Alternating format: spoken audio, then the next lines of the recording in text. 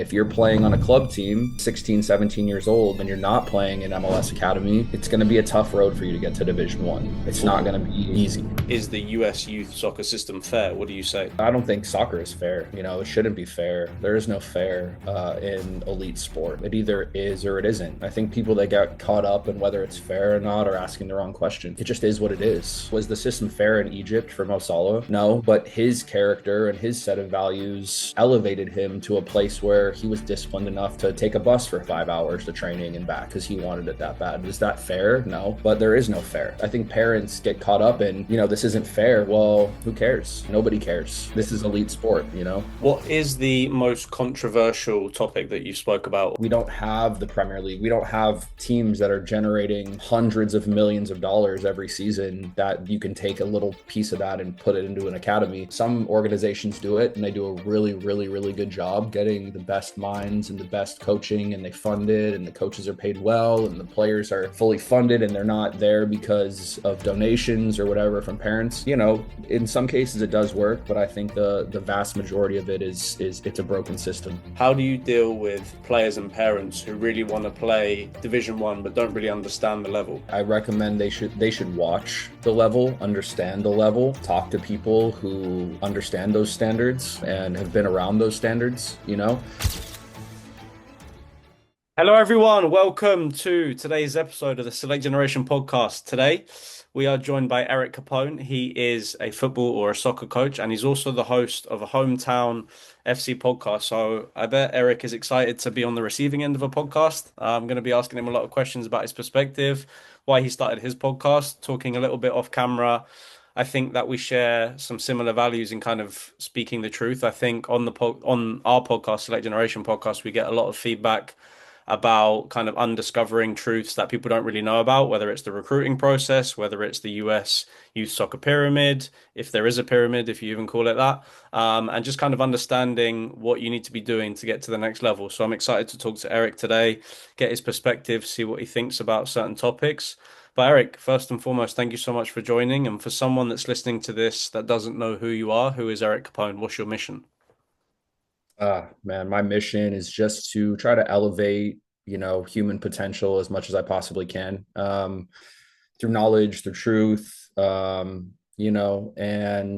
just, I guess, just try to move the game forward as much as I can in America, the game that I love, grew up loving, inspired by constantly every single day. I wake up and I just know this is my calling, my purpose. And I think that's important. And so, yeah, that's why I do it.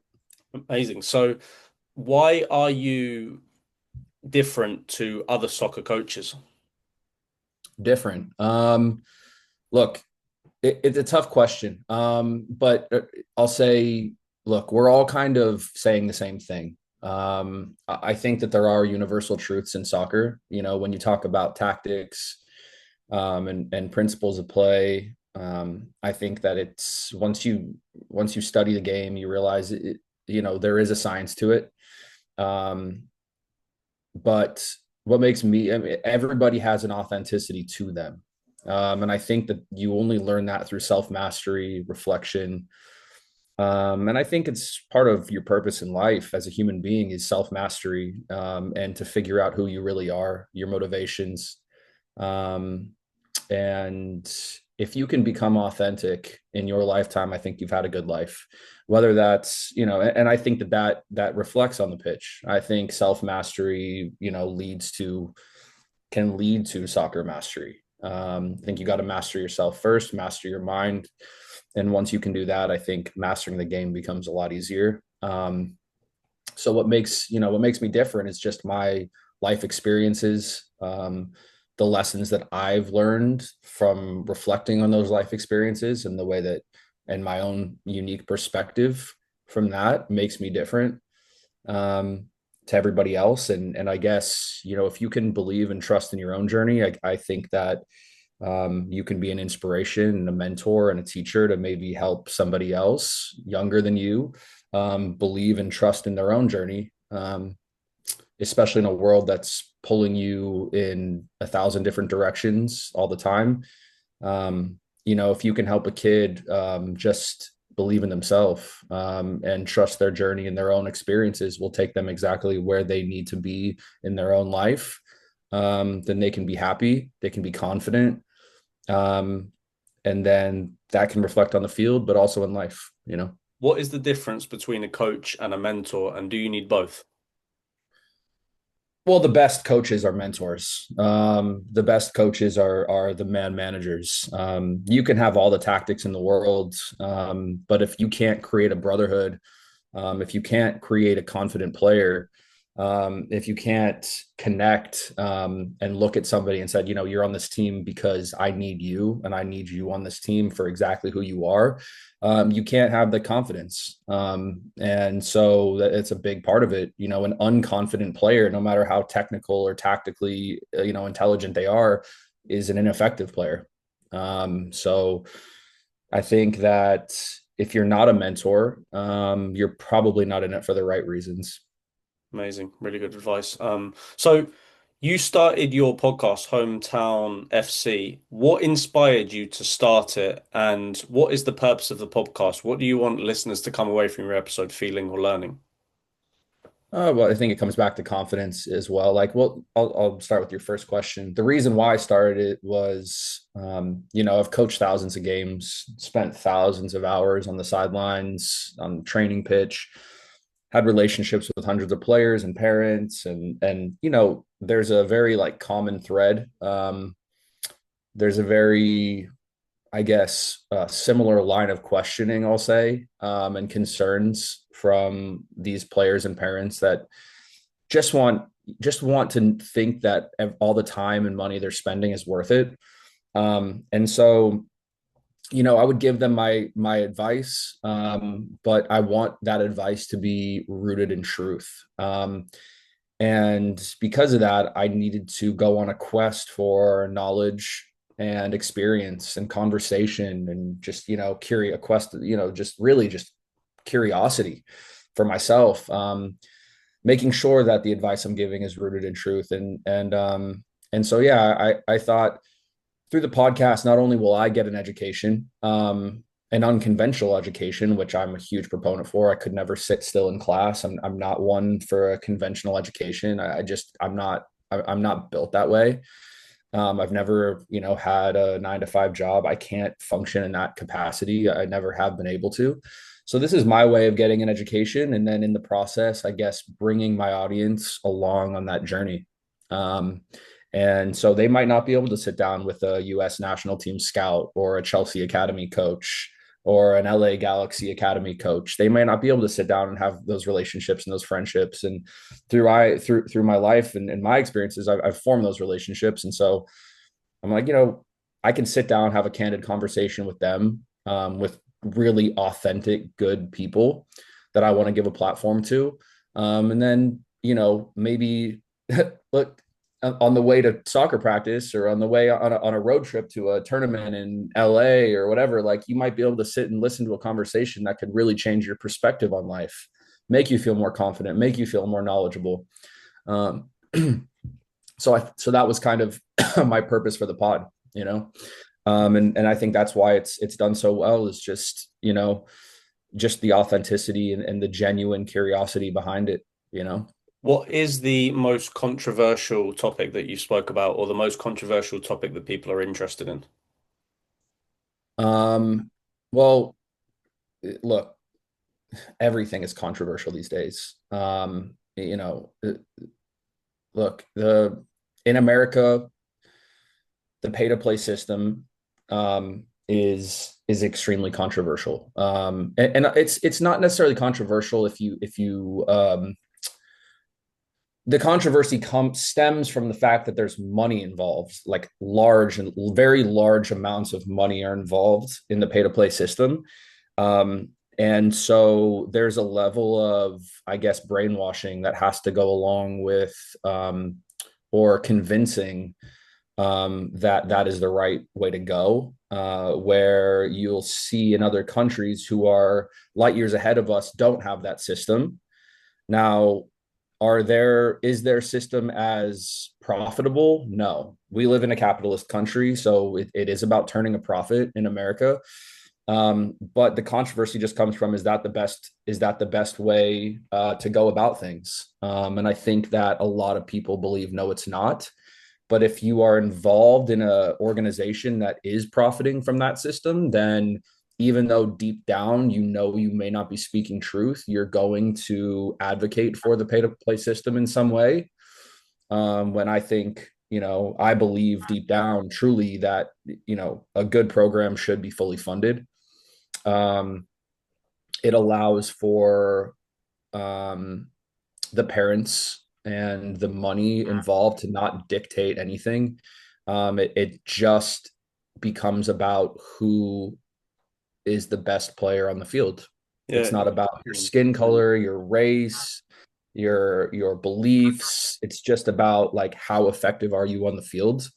And I think that level of focus can get muddied. The waters get muddied when you add in large amounts of money that these club directors are getting, through the pay to play system. I mean, tens of thousands of dollars, maybe, thousands of dollars per player, so it's a lot of money, man. And the funding, it's hard to find the funding. I get it. Like, look, we don't have the Premier League. We don't have teams that are generating, hundreds of millions of dollars every season that you can take a little piece of that and put it into an academy.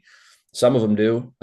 Some people do. Some organizations do it, and they do a really, really, really good job getting the best minds and the best coaching, and they fund it, and the coaches are paid well, and the players are fully funded, and they're not there because of donations or whatever from parents. So, in some cases it does work, but I think the vast majority of it is it's a broken system, Yeah, because I got asked this question the other day. One of the players asked me, like, do you think the US like youth soccer model is fair? And I was thinking about it, and I was like, what do you mean fair? It was like, well, my closest MLS Next or ECNL club was 2 hours away, and I was like, well, whose fault is that? Is it your fault for your parents not being able to drive you for 2 hours? Is it the club for not, or the government or the council for not putting a club in your area? Is it the system's fault? Is it the US youth soccer's fault? Like. And I really struggled to answer the question because I don't think it's fair, but then like that's just how the system is. You kind of have to play the system. So if I ask you, Eric, is the US youth soccer system fair? What do you say? I don't think soccer is fair. It shouldn't be fair. There is no fair in elite sport. It either is or it isn't. I think people that get caught up in whether it's fair or not are asking the wrong question. Um, it just is what it is. You look at players who, most it was the system fair in Egypt for Mo Salah, you know, Mm. no, but his character and his set of values, allowed him to not allowed him, but his set of values elevated him to a place where he was disciplined enough to take a bus for 5 hours to training and back because he wanted it that bad. Is that fair? No, but there is no fair. Fair. Um, and I think I think parents get caught up in, this isn't fair. Well, who cares? Nobody cares. This is elite sport. It's interesting because I feel like a lot of the when we first started our agency and we were talking to a lot of players and parents, they were always making a lot of excuses about, oh, my son doesn't play for Charlotte FC because of this, or my son doesn't play for this MLS Next because of this, and he just wants to play for his local club. Do you think he can still play Division One? And I'm thinking, well, Division One schools are in the market for like top MLS Academy players, top MLS Next players, top ECNL players. If you're playing ECNL, RL, NPL, high school, you're putting yourself at a disadvantage just because you think that's the right path for you. That's not really fair. And a lot of the parents and players are kind of making a lot of excuses. And I'm quite direct with the feedback. Like I'll tell a player what I really think in a positive way, obviously. How do you deal with as a coach or as part of your podcast as who you are, Eric? How do you deal with players and parents who really want to play Division One but don't really understand the level? Well, I recommend they should watch the level, understand the level, talk to people who understand those standards, and have been around those standards. Like I didn't know what MLS Academy standard was when I was coaching third teams at the club level. I thought, wow, my team's amazing. We're winning tournaments, and wow, this is great. Like how, and that is great. And there's nothing wrong with that being great as well. But if we're talking about elite sport, players who are being chosen to win games, you're talking about an environment in Division I college where you're being paid based on results. When you start becoming when you start getting into a position as a coach or a player where you're being paid for performances and results and your level of efficacy on the field, it's a totally different world. There is no fair. There's no, oh, I really like this player. Yeah, but if I like this striker, but if the other striker comes in and scores a hat trick, that who's getting to start the next game? Based on, it doesn't matter how close I am with that player or those parents. If I'm being paid to win games, I'm going to put on the players on the field and select the players on the field that I believe will help me win the most games. Okay. Now, if I'm a club coach, yeah, like stop taking yourself so seriously if you're coaching 12-year-olds and 13-year-olds, right? Like, are you being paid to win games? No, you're not. You're being paid to develop players and develop human potential. It's a totally different world. So you got to understand where you are. And I think you got to meet players where they're at. When if I was, last year coaching the best under 13 team in the country, it's a different set of rules than coaching a few years before that, coaching the 75th ranked team in the state. Right. That it's just the rules change based on the level you're at. And then you kind of have to assess and meet players where they are. I think if you're trying to play Division I, well, Division I is interesting. Now it's not just, are you the best player, in your state, because now they're recruiting internationally. So you could be the best player at Charlotte FC Academy, U18s, and still not be good enough to play at Indiana. Like because they're going to be recruiting players from Tottenham Academy and Arsenal Academy, those players that aren't ready to play, that they're not good, and those players aren't good enough to be starting for the first team, and they need game experience. They might come over and want to play D1. So it's a global game. And I would just say Division I technically is, I would say, for players who are technically and tactically, they could probably play pro already, and have a go for it somewhere in the world, but they're maybe not spiritually and emotionally mature enough to take on that journey yet. And also they want the experience. I mean, college is an experience. It's a very American thing to go to college and have that experience. Is very American. Whereas I would say maybe in Spain, like they're not thinking I want to go to college. They're thinking I want to go play pro. That's my main goal. I've coached players that signed professional contracts at 16 years old. That player looks very, very different at 13, 14, and 15 than a player that still needs to develop and probably will need college to continue their development. So everybody's development is different. That comes back to just authenticity. Like everybody's different. It's all, are you physically, technically, tactically, spiritually, at a place where, you can play on that level. I don't know. That's an interesting thing. If you're playing on a club team, at 16, 17 years old, and you're not playing in MLS Academy, it's going to be a tough road for you to get to Division I. It's not going to be easy. What do you think about the mentality Division I or bust? Division I or bust. Well, what's your goal? What are your goals? Do you want to play professionally or no? Like, is it Division I, you could say, is a path to pro. But you could also say that most players that play in college in general never play pro. Interesting. So for you, Eric, let's say that how involved would you say if a player comes to you and says, I really want to play, because I'm just trying to think in context of the audience. Our audience is usually players trying to go to the next level, trying to play professionally, trying to play in college, trying to get a scholarship. And a lot of the questions I get is how do I send offers? How do I reach out to coaches? Kind of where do I start? So I want to get as someone like yourself who's worked with professional players, who's interviewed a number of people involved in football, who coached at the youth level. How for someone that comes to you and says, Eric, I want to play in college, but I don't know where to start. Like, what do you kind of tell the player? Um, well, you're going to have to make a lot of sacrifices. You're going to have a lot of self-control. Um, the American culture is pulling you away from the game as you get older. What do you mean So, by that? well, man, this is the conversation I had with Joe. As you get older, you get into high school as an American, the party culture, having the right car, getting into the right parties, drinking, drugs, um, girls. It's a pull away from the game. So if your character, which is your set of values that encompasses who you are, that's your character.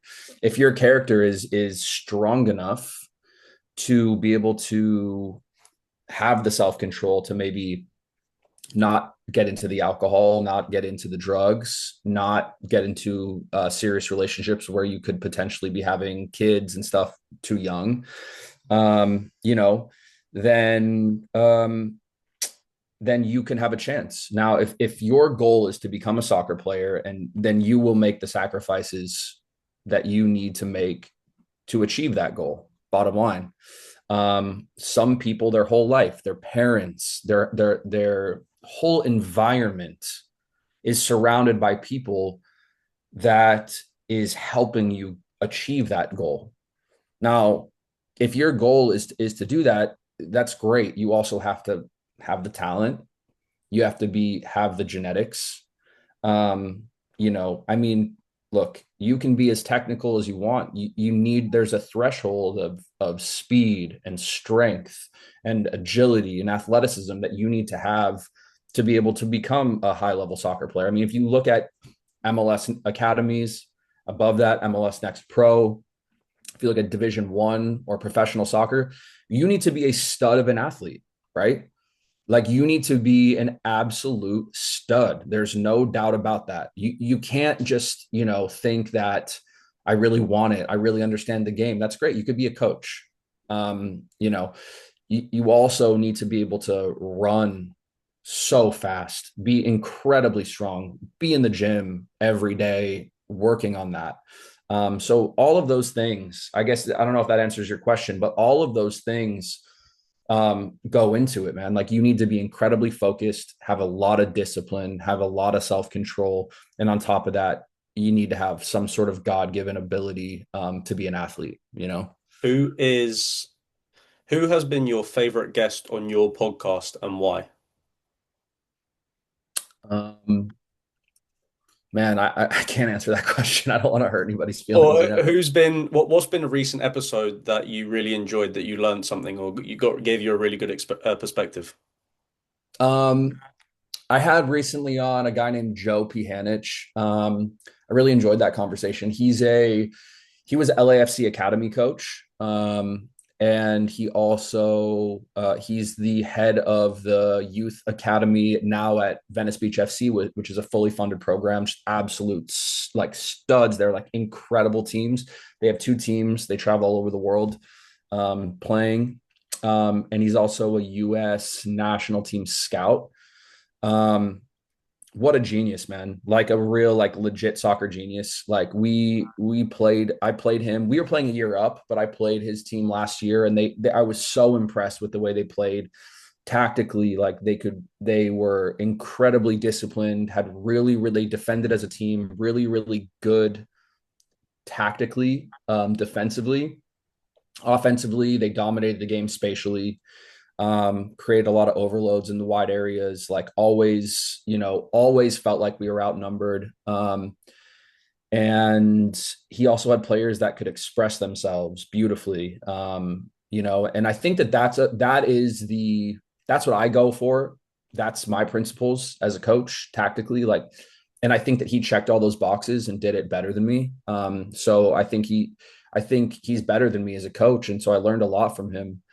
Um, and he also said he had some things to say about the pay to play system that really opened my eyes in a lot of different ways. And so yeah, I learned a lot from him. That episode's coming out soon, and I've enjoyed all my guests, man. Like I've had some incredible guests, professional coaches, professional players, and just incredible soccer minds. I think this recent one, I'm very excited about. Amazing, amazing. So it's interesting because of the podcast, because our podcast, we started it kind of just for a bit of content and to try and get reels. And then recently I've realized the power of the podcast, like the power of kind of for networking, meeting people like yourself, like building a 40-minute relationship instead of a 3-minute phone call or text message. And I think in terms of the podcast, do you see it as like a long-term project? Is it a hobby? Are you trying to monetize it? Are you just trying to learn? Like what's your like long-term goal with your podcast? Um, Look, I started it to just have conversations. I think that you're absolutely right. It's a really smart way to put it, is like a 3-minute phone call or a 3-minute conversation after a game with a coach you've just played against is it's can't form those relationships. And for me, it's an excuse to have an hour or two long conversation with somebody who maybe otherwise wouldn't have the time to have that conversation, or so long term, I just want to keep having conversations. I think conversations is what we need to have. People from different perspectives coming together and just talking. I think that interviews are overrated.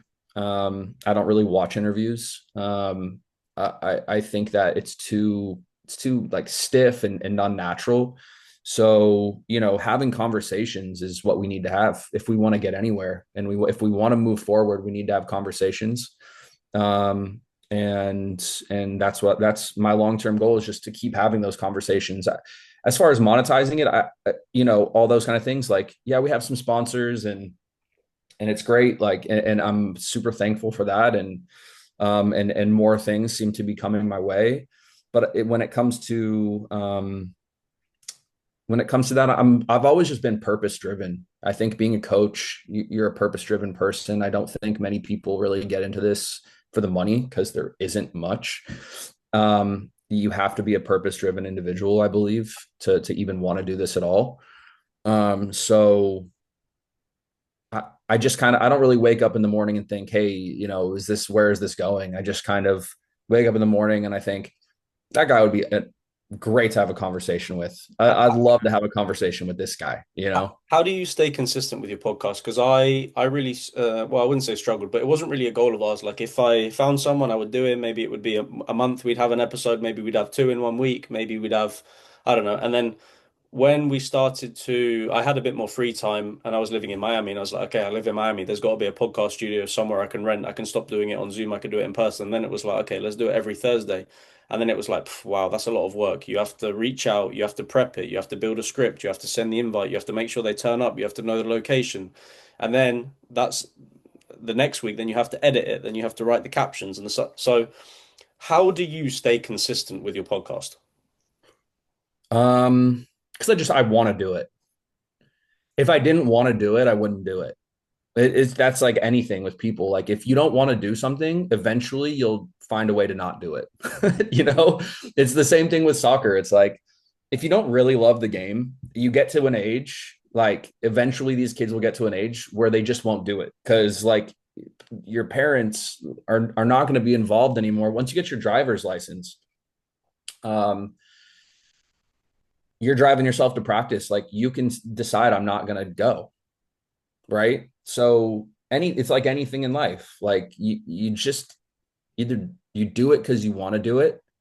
Um, and if you want to do it, then you'll do it. I like doing it. It's something that it aligns with who I am as a person. Yeah. And so like the way I stay consistent is just because I wake up, I'm like, I want to do that again. Mm. And then maybe one day I'll wake up and I won't want to do it anymore, and I won't. But I don't see that happening. There's too many people to talk to. There's too many conversations to be had. There's too much we need to learn, that I want to learn and help at the end of the day, I interact with players and parents every day at the field. I want to continue, dude, it's really motivating when I get to the field and I see a parent and somebody I may not even know. They're like, hey, we were listening to your podcast on the way to the field today. That's been a byproduct of this whole thing that I didn't really see coming, was like, I don't think kids really listen to podcasts. Kids listen to my podcast, like kids, like 11, 12 years old. The parents can't put on, XYZ because everything's so political now. They want to listen to something that their kid, and that their kids can listen to as well. And so I think, um, you know, that's been a really cool thing, is like having 12, 13-year-old kids and parents like driving to tournaments, coming to the field, being like, hey, I listened to your podcast on the way to training today. How do you use their feedback for the next episode? Dude, I'll tell you what, when I first started, I would script everything out. Like I would want to have like I would want to have like a clear pathway of what the conversation would, where it would go. But now, like the more I go, and it depends on the guest. But the further I've gotten into it, the ones that I enjoy the most, and I think that I've made the most impact, have just been totally unscripted. I do a deep dive into who this person is, and then after that, I just have a conversation, because I'm genuinely interested in who they are. And I think sometimes like a script can be a little bit distracting, because you miss the nugget of like, what did he just say? How can I ask, where can I go from like what he just said? That might lead me somewhere that I didn't even That's think. that's something that I struggle with because we start like I have the script obviously to kind of prep the person on what they're doing, and then the thing I struggle with the podcast is like trying to listen but also trying to navigate the next topic. Like, how do I tie in what you're saying to the next thing? And I'm listening to what you're saying, you pause, and I should be like jumping in at the next thing, and I'm thinking about what am I supposed to ask? Like how do you as a host navigate the conversation, think about a reply, but also like try and tie the reply into what they're actually saying versus what the script says? That's tough. I mean, you do the best you can. It's a conversation, right? So it's like a little dance. You Mm. just kind of topics, topics come up through just, like the little conversations that you have. And really, I think that the most important thing is you want somebody to talk about what they are experienced in. So like you can see somebody light up and they say something that they're really interested in and talk about that. That's what I want to talk about, right? Like you don't want to talk to you're not trying to, if you start asking a soccer player about baseball, they're not going to be very excited about that. They're not going to be very knowledgeable in that. They're not going to teach your audience about anything in that topic, right? Mm. So, like with Joe in our last conversation, like, yeah, I want to talk about the academy system and also working outside of the academy system, because that's his life experience.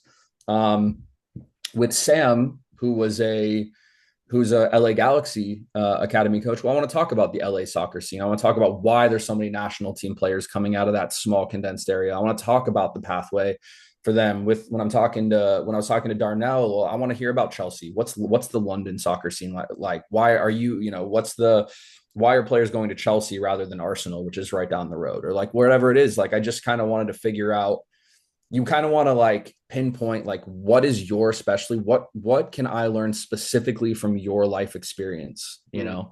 and I think that that's where the topics come from. That's really good advice. I need to take some advice out of your book, Eric. That's top. All right. Well, we got 3 more minutes, so I wanted to do a quick fire round. Yeah. Just some quick questions. So, first one trait that every aspiring pro must have. Discipline. Most common mistake you see in young players. Not being coachable. I think that every kid's and human beings reaction to feedback, I call it the FU phase. So like everyone the first thing that everybody thinks when you try to give them a little bit of constructive criticism is F you. And if you can get past that phase very quickly to the trust and they say pain plus reflection equals progress, right? So if you can get them past that FU phase to the point of trust and just understanding that, you got to go through those mistakes, reflect and learn from those mistakes, that's where your progress comes from, and get out of that FU phase quickly. Love that. Favorite player that or best player that you've coached? Ah, man, that's Gonna upset some people. I coached a player. I can't take credit for developing him completely, but I coached him when I was at Phoenix Rising, and he signed his first pro contract at 16. Incredible player. He was, 12, 13, 14, he was already dominating. You just knew he was going to be a pro. He was just different than everybody else. I also coached a player. Um, I won't tell you about like the 13, 12, 13. I've coached some of the best players in the world at 12 and 13, but they haven't done anything yet. Nobody cares if you're the best 13-year-old player in the country. You got to keep doing it. But I coached a kid he's 16 years old now. Right winger, just speed, expression, could beat 3, 4 players in a clip, just like it's nothing. Plus he can score like from anywhere. He's the full package. He's a nasty defender as well. Steal the ball right off you, make a nasty tackle. Um, Incredible. His name's Alfredo. And yeah, I have to say he's one of the best I've ever coached as well. Top. And then just lastly, how would you describe the Hometown FC podcast in one word? Progress. Love that. Awesome. Well, listen, Eric, I really appreciate your time. Thank you so much for coming on the podcast. Honestly, I know obviously you've got your thing going. I think you're doing amazing. I think I don't need to tell you that you can kind of see from online and obviously tell by your guests, but I just want to say thank you for coming on, sharing your knowledge, and I really hope that the listeners also enjoyed this episode. Anytime, brother. Anytime. Appreciate you.